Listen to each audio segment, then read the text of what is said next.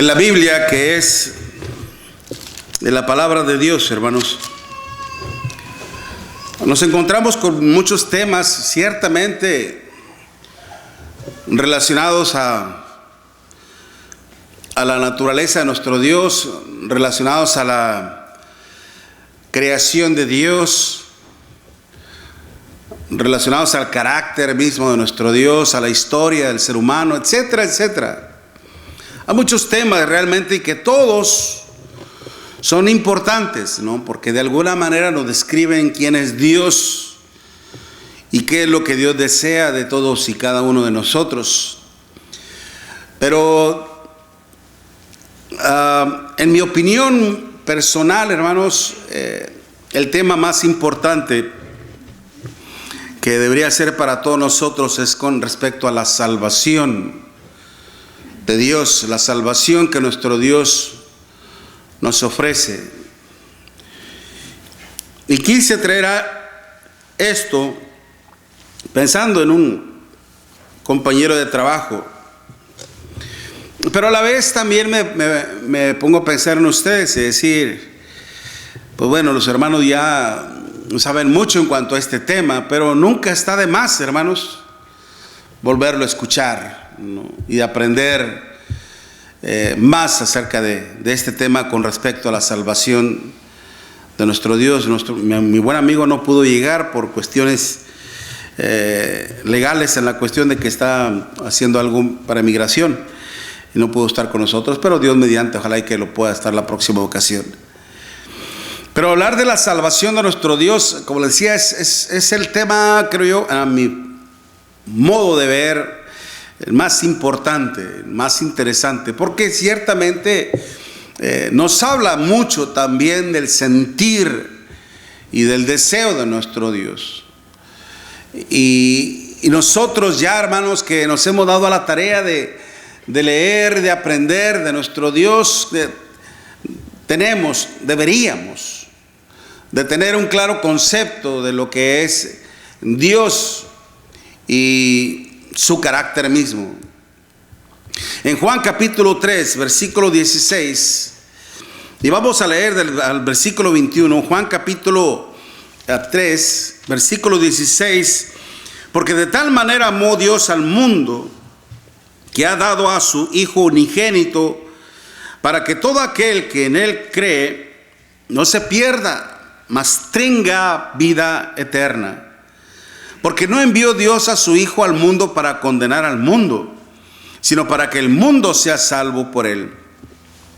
El que en Él cree no es condenado, pero el que no cree ya ha sido condenado, porque no ha creído en el nombre del unigénito Hijo de Dios. Y esta es la condenación, que la luz vino al mundo y los hombres amaron más las tinieblas que la luz, porque sus obras eran malas. Porque todo aquel que hace lo malo aborrece la luz y no viene a la luz, para que sus obras, dice, no sean reprendidas. Mas el que practica la verdad viene a la luz, para que sea manifiesto que sus obras son hechas en Dios. Qué importante, hermanos, como les decía, tener un claro concepto, una clara idea de lo que es Dios, para que de esta manera nosotros podamos basar verdaderamente, de una manera correcta y verdadera, nuestra fe y nuestra esperanza en nuestro Dios, porque ese es el deseo de nuestro Dios. De que si nuestro Dios, hermanos, envió a su Hijo al mundo a morir, dado a que la misma palabra de nuestro Señor nos dice, porque de tal manera amó Dios al mundo que ha dado. La palabra dado implica un sacrificio, hermanos, que ha dado a su Hijo unigénito. Y el apóstol Pedro dice, precisamente habiendo sido predestinado desde antes de la fundación del mundo, pero manifestado en los posteriores tiempos por amor a vosotros, dice, para que vuestra fe y esperanza sean en Dios. Tanto nuestra confianza como nuestra obediencia y nuestra esperanza, hermanos, sean en los mandamientos de Dios, en la voluntad de nuestro Dios. Ese es el deseo de nuestro Dios. Pero mucha gente, hermanos, que tiene esa tendencia hacia lo carnal, hacia lo mundano, hacia lo placentero, se va a valer hasta de la misma palabra de nuestro Dios para crear sus propios argumentos mediante los cuales le favorezcan a su modo de vivir, a su modo de pensar y a su modo de ser. Algunos, por ejemplo, señalan de que el amor de Dios es tan grande que es incondicional, sin importar lo que tú seas, sin importar lo que tú hayas hecho y sin importar lo que hagas. Ciertamente Dios, hermanos, quiere la salvación para todos nosotros. Primera Timoteo capítulo 2 versículo 4, el cual quiere que todos los hombres sean salvos y vengan al conocimiento de la verdad. Ciertamente ese es el deseo de nuestro Dios. El amor de Dios abarca toda la humanidad. Pero para eso, hermanos, para que uno tenga acceso a la salvación de nuestro Dios, es muy importante hacer la voluntad de nuestro Dios. No mirarlo como un Dios apapachador, consentidor. Que Dios es puro amor, en Él no hay maldad, en Él no hay castigo, Dios no va a castigar a nadie. De hecho, mira, ahí dice en el versículo 17, porque no envió Dios a su Hijo al mundo para condenar al mundo. Mira, no lo mandó para condenarlos. Él vino para salvarlos, no para condenarnos. Y ciertamente, hermanos, nuestro Dios envió a su Hijo para salvarlos y no para condenarnos en esa época, en ese tiempo, en ese momento. Mas sin embargo, ¿acaso nuestro Señor Jesucristo, hermanos, no juzgaba a los que estaban en pecado? ¿No le dijo a aquella mujer que había sido sorprendida en adulterio: ni yo tampoco te condeno, vete y no peques más? ¿No le dijo a aquel paralítico que había sanado una vez que lo encontró cerca del templo: anda, vete, y si no quieres que te venga algo peor, no peques más? Advertía a la gente, juzgaba. No juzgó a todos los escribas y fariseos diciéndoles hipócritas. ¿No los juzgó a todos ellos? Por supuesto que sí. Pero la cuestión es de que en ese momento lo que el Señor vino a predicar la palabra de su Padre, a mostrar el amor de su Padre, a compartir el consejo y la sabiduría de nuestro Dios. No sería el momento de dictar una sentencia. Lo haría, lo vendría a hacer una vez que Él viniera por segunda vez al mundo. Ya no tomando forma corpórea, forma humana, sino que vendría, hermanos, en su segunda venida, vendrá para juzgar al mundo entero. Segunda de Timoteo capítulo 4 versículo 1. Cuando Pablo le decía a Timoteo: te encarezco delante de Dios y del Señor Jesucristo, que juzgará a los vivos y a los muertos en su manifestación y con su reino. En ese día todos seremos juzgados. Pero lamentablemente mucha gente piensa así porque está inclinada tendencia a llevar su vida conforme le parece. Y es por eso que la misma Escritura nos dice, y esta es la condenación, que la luz vino al mundo y los hombres amaron más las tinieblas que la luz, porque sus obras eran malas. No pensemos, hermanos, que Dios puede aprobarnos nuestras malas obras, consentir nuestras malas acciones, como mucha gente lo hace. A diferencia de esto, hermanos, Romanos 11, versículo 22, Dios nos dice en su palabra: mirad pues la bondad y la severidad de Dios. La severidad ciertamente para con los que cayeron, pero que cayeron en transgresión y en desobediencia a nuestro Dios, y murieron y fueron postrados en el desierto, perecieron en el desierto por su incredulidad y su desobediencia a Dios mismo. Hebreos capítulo 3, del versículo 12 en adelante. Esto fue lo que les pasó a aquellos que tentaron a Dios, provocaron a Dios, hermanos. No. Hay que considerar los ambos extremos de nuestro Dios. Ciertamente Dios es amor, pero también es un Dios de ira. Por eso, hermanos, muchas gentes piensan de esa manera, pero se les hace ver a través de su error, a través de la palabra de nuestro Dios. Mientras que otras personas piensan, hermanos, que, déjenme ver, Mientras que otras personas piensan que la salvación la pueden obtener mediante sus propios sacrificios y mediante sus propios recursos, que tratan de ser buenos a su manera, a su modo, haciendo el bien a la gente, etcétera, de alguna manera comportándose bien, el decir que yo no tengo problema ni con mi compañero de trabajo, ni con mi vecino, ni con mis compañeros de estudiantes. Yo hago bien, hago esto, hago el otro, hago aquello. No necesito formar parte de una iglesia, no necesito estar ahí 3 horas en un lugar reunido. Yo hago el bien, yo practico el amor. Hasta se basan en decir canciones inspiradas de los hombres, como ese Arjona no sé qué, que ¿qué haces, cristiano, leyendo la Biblia todo el día? Cuando todo se resume en el amor, anda y haz el amor y ya. Creen que solamente con ir a hacer el bien a la gente, ya eres salvo, ya estás bien con Dios y no necesitas hacer más. De ser así, hermanos, vano es el sacrificio de nuestro Señor Jesucristo. Si nosotros no necesitábamos de un redentor, era lo mismo que pensaba el pueblo judío. Linaje de Abraham somos y jamás hemos sido esclavos de nadie. ¿Cómo dices tú? Seréis salvos, seréis libres, dice. Es un pensamiento de antaño, de atrás, hermanos, en donde mucha gente cree que puede ser salva por su propio origen, por sus propias obras, por sus propios pensamientos, por sus propias acciones. Cuando bien sabemos, hermanos, que nadie puede ser salvo por sí mismo. Como dice el apóstol Pedro en Hechos capítulo 4, versículo 11 y 12, cuando nos habla de que Jesús es la piedra reprobada por vosotros los edificadores, le decía al pueblo judío. No hay otro nombre dado a los hombres bajo el cielo en quien podamos ser salvos. Solamente nuestro Señor Jesucristo. Ese es el punto, hermanos. ¿Okay? Mientras que otros lamentablemente ignoran a Dios. No desean saber nada de Dios. No desean conocer a Dios. No les interesa ni en lo más mínimo la salvación de Dios. Porque piensan, hermanos, que siempre van a estar en una condición así.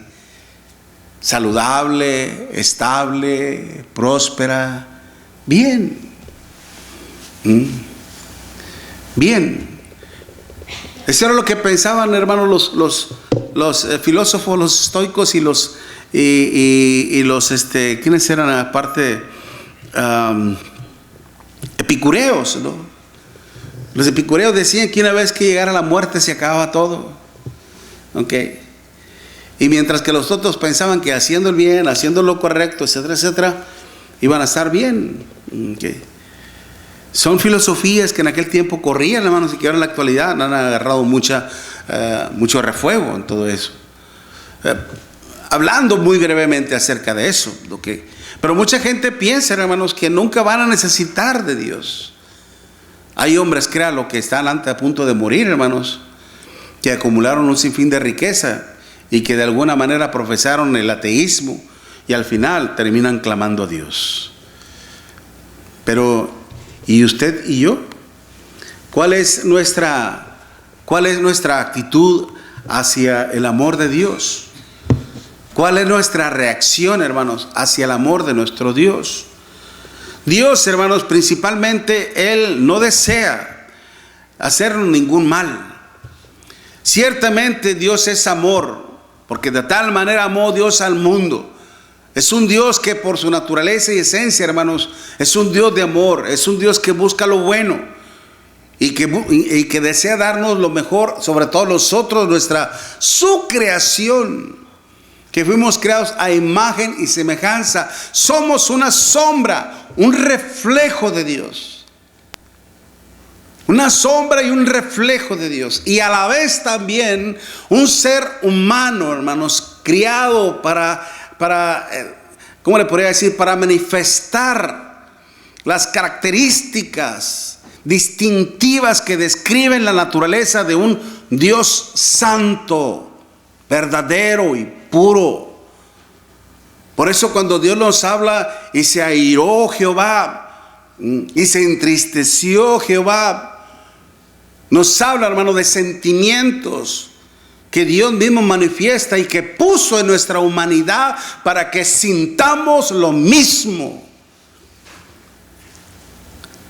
así como Él sufre, nosotros también sufrimos a veces por nuestras malas acciones. Él sufre por nuestras malas acciones, no por las malas de Él. Él es un Dios santo, puro. Sin embargo, hermanos, Él no quiere, Él quiere realmente otorgarnos una salvación.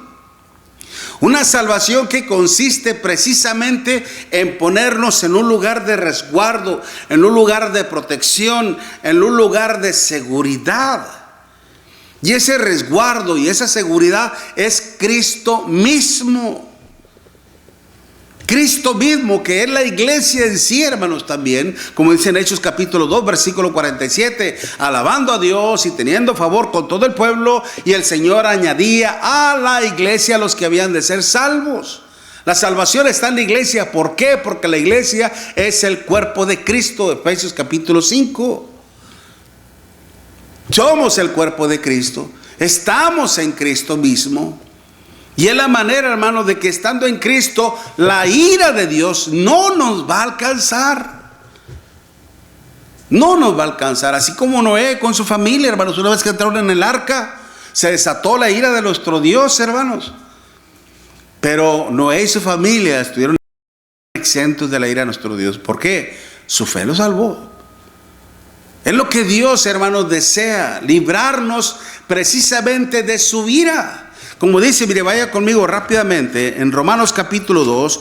Primero nuestro Dios nos dice, o menosprecia la riqueza de su benignidad. Romanos 2:4. ¿Ok? En Romanos 2:4, menosprecia la riqueza de su benignidad, paciencia y longanimidad, ignorando que su benignidad, es decir, todo lo bueno de Dios, te está guiando al arrepentimiento. Pero una vez que tú no quieres tomar en cuenta el amor de Dios, una vez que tú desechas el amor de Dios, una vez que tú no aceptas el amor de Dios obedientemente a su palabra, mire lo que dice el versículo 5 y léalo conmigo, por favor. Romanos 2, versículo 5. Pero por tu dureza y por tu corazón no arrepentido, atesoras para ti mismo ira para el día de la ira y de la revelación del justo juicio de Dios, el cual pagará a cada uno conforme a sus obras. Vida eterna a los que perseverando en bien hacer buscan gloria y honra e inmortalidad, pero ira y enojo a los que son contenciosos y no obedecen a la verdad, sino que obedecen a la injusticia. Qué triste y qué lamentable será para aquellos, hermanos, que no obedecieron a Dios. Pero Dios, hermanos, precisamente lo que Él desea es librarnos de su ira, porque Él nos ama. Él no desea castigarnos, mucho menos, hermanos, castigarnos eternamente. Sabemos que la paga del pecado es muerte, Romanos 6:23. Es la separación eterna de nuestro Dios. Nunca se nos va a conceder el privilegio, el honor y la gran bendición de poder ver a Dios cara a cara. Solamente los hijos de Dios, los que confiaron en Él permanentemente, los que hicieron su voluntad, tendrán ese privilegio. Como dice en 1 Corintios capítulo 15, hermanos, en donde el Señor entregará su reino a su Padre. Imagínense en ese momento, mi hermano, que cuando el Señor venga, tome su reino y lo lleve ante la presencia misma de su Padre Celestial, y usted y yo podremos ver toda la magnificencia, toda la grandeza, todo el poder, toda la esencia de nuestro Dios. Poder ver a Dios cara a cara, sin que tener que salir huyendo de su presencia. Solamente este privilegio lo van a tener los hijos de Dios, los que le sirvieron fielmente. Por eso, hermanos, eso es lo que Él desea. Si Dios ha mostrado su amor con hechos y con verdad, y porque Él nos ama, hermanos, no desea ser nuestros enemigos, es porque lo que Él desea y nos muestra precisamente su amor, Él desea librarnos del pecado, que ese es el principal problema del ser humano, como lo vemos ahí en Romanos capítulo 8, versículo del 31 al 36. Déjeme ver, Romanos capítulo 8, versículo del 31 al 36, ¿Qué pues diremos a esto? Si Dios es por nosotros, ¿quién contra nosotros? Dice, el que no... perdón, hermanos. Es Juan, Juan, sí. Estaba leyendo en Hechos.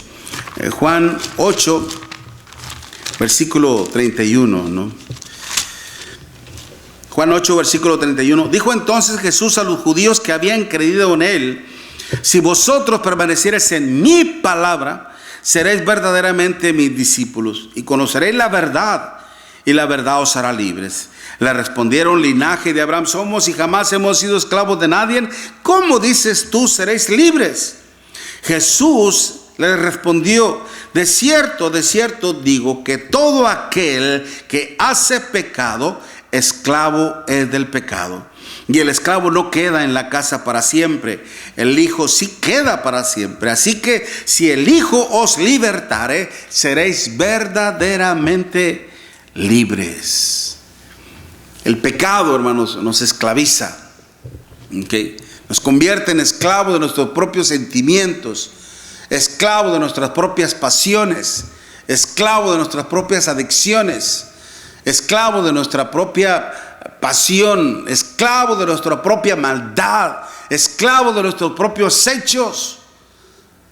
Nos hacemos pecados, esclavos de nosotros mismos, de nuestro propio pecado, hermanos.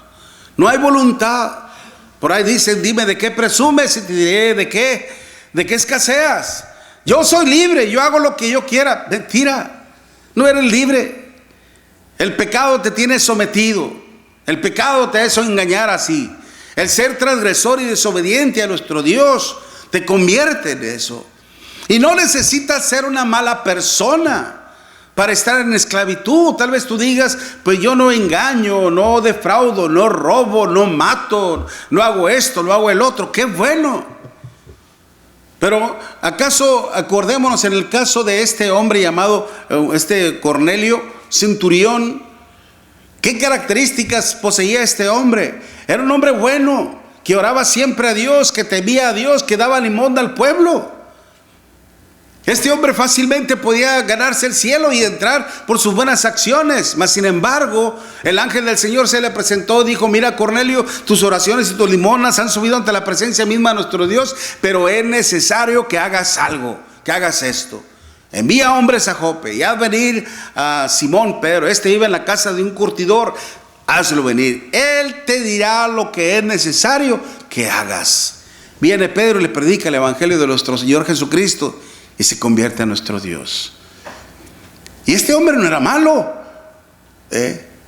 Muchas personas piensan así: no, es que yo soy bueno, yo soy esto y esto y lo otro. No importa. Has pecado, porque no hay hombre que no peque, nos dice la Escritura, que no hay justo ni siquiera uno. Todos hemos pecado ante la presencia misma de nuestro Dios, y eso nos ha convertido en enemigos de Dios, en transgresores de la ley. Y tú y yo necesitamos ser librados de ese pecado, de ese problema. Precisamente como el Señor le decía a este pueblo. De cierto digo, todo aquel que hace pecado, esclavo es del pecado. Y estas personas creían que por ser linaje de Abraham ya estaba bien. No, no es así. Una descendencia genética no nos hace salvos, no nos hace ni menos ni hijos de Dios, porque aún todos los descendientes de Abraham no eran hijos de Abraham. Hablando en el término espiritual, acordémonos que fue con Ismael, fue su hijo, pero no era el hijo de la fe. El hijo de la fe era Isaac. ¿Okay? El punto es precisamente, hermanos, que nosotros necesitamos ser librados, romper las cadenas del pecado y dejar de pecar contra nuestro Dios. Algunos piensan, hermanos, de hecho, esto yo lo he tenido conversaciones con otras gentes también. Recuerdo a un hermano nuestro en la fe, que este hermano, antes de obedecer el evangelio, me dice: mira, Miguel, es que yo soy músico, yo toco música y toco música en un antro, pues tú sabes lo que es un antro, una cantina, un bar. Yo he entendido todo y quisiera obedecer a Dios, dice, pero mi trabajo es creo yo que no puedo hacerlo ahorita. Déjame a ver cómo me quito esto y después obedezco a Dios. ¿Cuál es el punto? Es que temo fallarle a Dios. que debemos seguir pecando contra nuestro Dios. Pues tú solo no vas a poder. Tú necesitas la ayuda de Dios. Si en verdad deseas estar bien con Dios, si en verdad deseas estar en paz con Dios, tú haz lo que Dios te manda. Lo demás, Dios lo hará. Ciertamente a veces tenemos el temor de fallarle a Dios, hermanos. Pero ese temor nos puede alejar de Dios y lo puede hacer para siempre. Para toda una eternidad. No. Todos nosotros a veces fallamos delante de nuestro Dios. ¿Quién no ha vuelto a fallar delante de Dios? ¿Quién no ha vuelto a pecar delante de nuestro Dios? Todo lo hemos hecho. Pero a diferencia de esto, es de que todos nosotros nos hemos arrepentido de nuestros pecados, hemos doblado nuestra rodilla ante la presencia de Dios y le hemos pedido perdón a Dios, y Dios nos ha perdonado. Por la gracia y la misericordia de Dios. Por algo el apóstol Juan decía ya en Juan, 1 Juan capítulo 2 versículo 1, estas cosas os he hablado para que no pequéis, pero si pecares, abogado tenemos para con el Padre, Jesucristo. Hombre, por eso mi amigo, mi amiga, no temas a venir al Señor y que ese tu temor te aleje más de Dios. Entrega tu vida al Señor y deja que la gracia y la misericordia de Dios obre en tu corazón. Y que en el momento de tu vida, si llegas a fallar algún día, dóblate ante nuestro Dios, quiébrate ante nuestro Dios, como lo hizo el rey David. Una vez que pecó de adúltero, no lo hizo el rey David. No dobló sus rodillas y dijo: Padre, he pecado contra ti. Contra ti solo he pecado, límpiame de mi pecado, lávame de mi pecado. He sentido que he perdido el gozo de la salvación. Usted lo puede leer en el Salmo 51. ¿Cómo es que este hombre pecó? Pero ¿cómo es que Dios le perdonó? Y este hombre se levantó y fue un gran fiel de nuestro Dios. Lo importante, mi amigo, mi amiga, es que usted obedezca el evangelio de nuestro Señor Jesucristo para que en Él le sean perdonados todos sus pecados y empiece una nueva vida en el Señor y venga a ser parte de la salvación de nuestro Dios. La cuestión aquí es confiar. Por eso dice el Señor: porque de tal manera amó Dios al mundo que ha dado a su Hijo unigénito, para que todo aquel que en Él cree no se pierda, mas tenga vida eterna. Esa palabra cree, hermanos, está en un tiempo presente y continuo, manteniéndose fiel a nuestro Dios. Y no solamente en eso consiste la salvación, de librarnos del pecado, porque eso es lo que nos enemista, nos pone en pleito constante con nuestro Dios, hermanos, nos convierte en enemigos de Dios, como lo dice en Romanos capítulo 8, versículo 7 en adelante. Sino que también, hermanos, es obvio que el pecado trae consecuencias, y el pecado en sí, hermanos, es la condenación. Okay. Como lo estamos viendo ahí en Juan capítulo 8, versículo 31. El pecado nos esclaviza, ciertamente. Okay. Y nos hace obrar malamente, como lo estamos viendo ahí también en Juan capítulo 3, versículo 7, 17 en adelante. Pero el punto es, hermanos, precisamente de que algunos toman el pecado como algo muy natural hoy en día.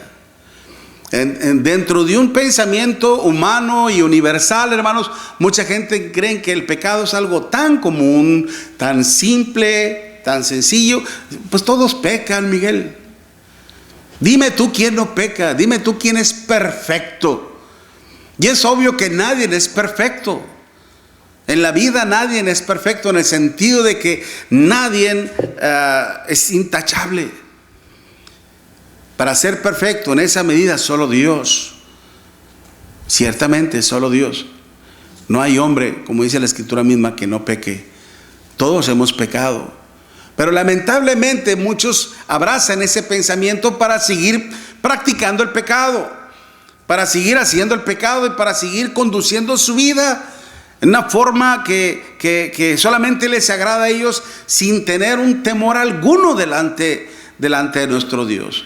Romanos, hermanos, precisamente capítulo 3, versículos 9 y 10, fíjese lo que nos dice la Escritura. Romanos 3, versículos 9 y 10. ¿Qué pues? ¿Somos nosotros mejores que ellos? En ninguna manera. Pues ya hemos acusado a judíos y a gentiles que todos están bajo pecado. Como está escrito: no hay justo ni aun uno, no hay quien entienda, no hay quien busque a Dios. Todos se desviaron, aún se hicieron inútiles. No hay quien haga lo bueno, no hay ni siquiera uno. Tú y yo hemos pecado, pero nosotros como cristianos y como hijos de Dios, hermanos, ya fuimos lavados con la sangre de Jesucristo. Como dice 1 de Juan capítulo 1 versículo 7. Y la sangre de Jesucristo nos limpia de todo pecado cuando obedecimos el Evangelio. Pero si usted, mi amigo, mi amiga, en el momento en que usted obedece al Evangelio, toda su alma es limpia de todo pecado, porque Dios le limpia todo pecado. Y cuando Dios perdona, hermanos, dice que Dios olvida todas nuestras transgresiones. Por eso el pecado trae consecuencias terribles a nuestra vida, en el sentido de que ciertamente, hermanos, le causamos un dolor a nuestro Dios por nuestra desobediencia. Y eso, como decíamos, nos convierte en esclavos, en enemigos de Dios. Pero lo peor del asunto es de que nos condena. Hay una condenación. La paga del pecado es muerte. La paga del pecado es muerte. Óigalo bien. Y ahí no se está refiriendo a una muerte física, hermanos, sino más que todo una muerte espiritual y sobre todo eterna. Por eso cuando dice el apóstol Pablo, vida eterna a los que perseverando en bien hacer buscan gloria y honra e inmortalidad, pero ira y enojo a los que son contenciosos y no obedecen a la verdad. En un funeral que tuvimos hace poco les hablaba precisamente de que hay algo peor que la muerte. ¿Puede haber algo peor que la muerte, hermanos? ¿Puede haber algo peor que la muerte? Sí. Hay algo peor, la muerte segunda. ¿Sabe usted cuál es la muerte segunda? Vaya conmigo a Apocalipsis capítulo 21 rápidamente. Apocalipsis 21 versículos 7 y 8. Cuando el Señor dice: el que venciere, Apocalipsis 21 versículos 7 y 8, el que venciere heredará todas las cosas, y yo seré su Dios, y él será mi hijo. Pero los cobardes, fíjese muy bien en esa lista, pero los cobardes e incrédulos, los abominables y homicidas, los fornicarios y hechiceros, los idólatras y todos los mentirosos tendrán su parte en el lago que arde con fuego y azufre, que es la muerte segunda. Acuérdense, en un lenguaje figurado, hermanos, el Señor nos habla de cosas que son muy familiares para nosotros, que conocemos que son, hermanos. En un lago es la inmensidad, la inmensidad, algo grandísimo, en un lugar grandísimo que arde con fuego. Usted sabe el ardor, hermanos, por ejemplo, cuando se está hirviendo el agua, hermanos, ese ardor está aventando espuma, y humo, que a veces hasta cuando usted destapa con la mano, si el agua está tan hirviente, hermanos, el mismo vapor le quema. El mismo vapor le quema. No necesariamente tiene que poner su mano en el fuego para sentir ardor. El mismo vapor que está ardiendo le quema, arde con fuego. El fuego, hermanos, es consumidor. El fuego devora, el fuego destruye.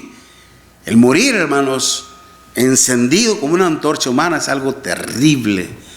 ¿De qué está hablando el Señor? De una muerte tan atroz, una muerte tan terrible, una muerte tan agobiante. Y sobre todo, imagínese lo peor de todo: lentamente, que ese tormento, hermanos, nunca se va a acabar, que va a ser por toda una eternidad. Que cuando el rico le decía: permite que Lázaro venga y moje la punta de su dedo en agua y refresque mi lengua, porque atormentado estoy en esta llama. No había una llama literal. Lo que le estaba atormentando era su propia conciencia en tormento. Dios nos habla de cosas que nos son muy familiares y que podemos entender con claridad lo que Dios desea revelarnos. Y termina diciendo que es la muerte segunda. ¿Desea eso para usted, mi amigo, mi amiga? En realidad, ahí le voy. ¿Desea esto para sus hijos? Como una vez se lo dije yo a uno de mis hijos. ¿No te das cuenta que te estás conduciendo al infierno? Y lo peor de todo, estás arrastrando a tus propias hijas.